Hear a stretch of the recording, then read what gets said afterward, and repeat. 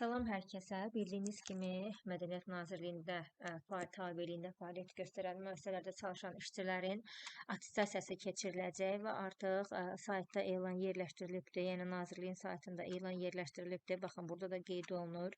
2026-cı ilin iyul ayından etibarən Heydər Əliyev mərkəzlərində çalışan, tarix-diyarşünaslıq, ev və xatirə muzeyləridir, mərkəzləşdirilmiş kitabxana sistemlərində çalışan işçilərin attestasiyası keçiriləcək. Artıq iyuldan başlanılacaq bu və bir də vəzifə proqramları haqqında, yəni sırf müsahibə proqramı haqqında məlumat da qeyd olunubdur. Hələ ki, kitabxanada çalışan işçilərdən sırf sistem inzibatçısıdır, operatordur, kompüter operatorudur, informasiya texnologiyaları mütəxəssisidir, multimedia resursları mütəxəssisidir. Yəni burada adları qeyd olunan sırf həmən vəzifə üzrə çalışan şəxslərin attestasiyası üçün müsahibə proqramı haqqında məlumat qeyd olunub, mövzular qeyd olunubdur.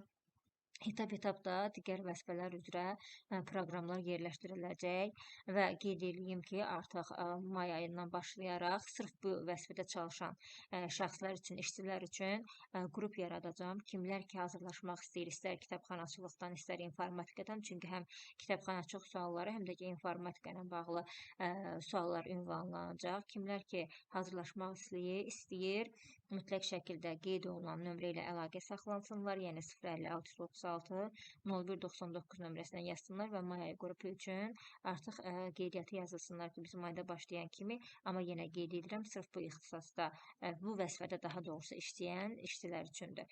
Digər işçilər üçün də onsuz qruplarımız yaradılacaq, o ayrı, amma may ayının 1-dən başlayaraq dediyim kimi, sırf bu vəzifədə çalışan şəxslər müraciət edə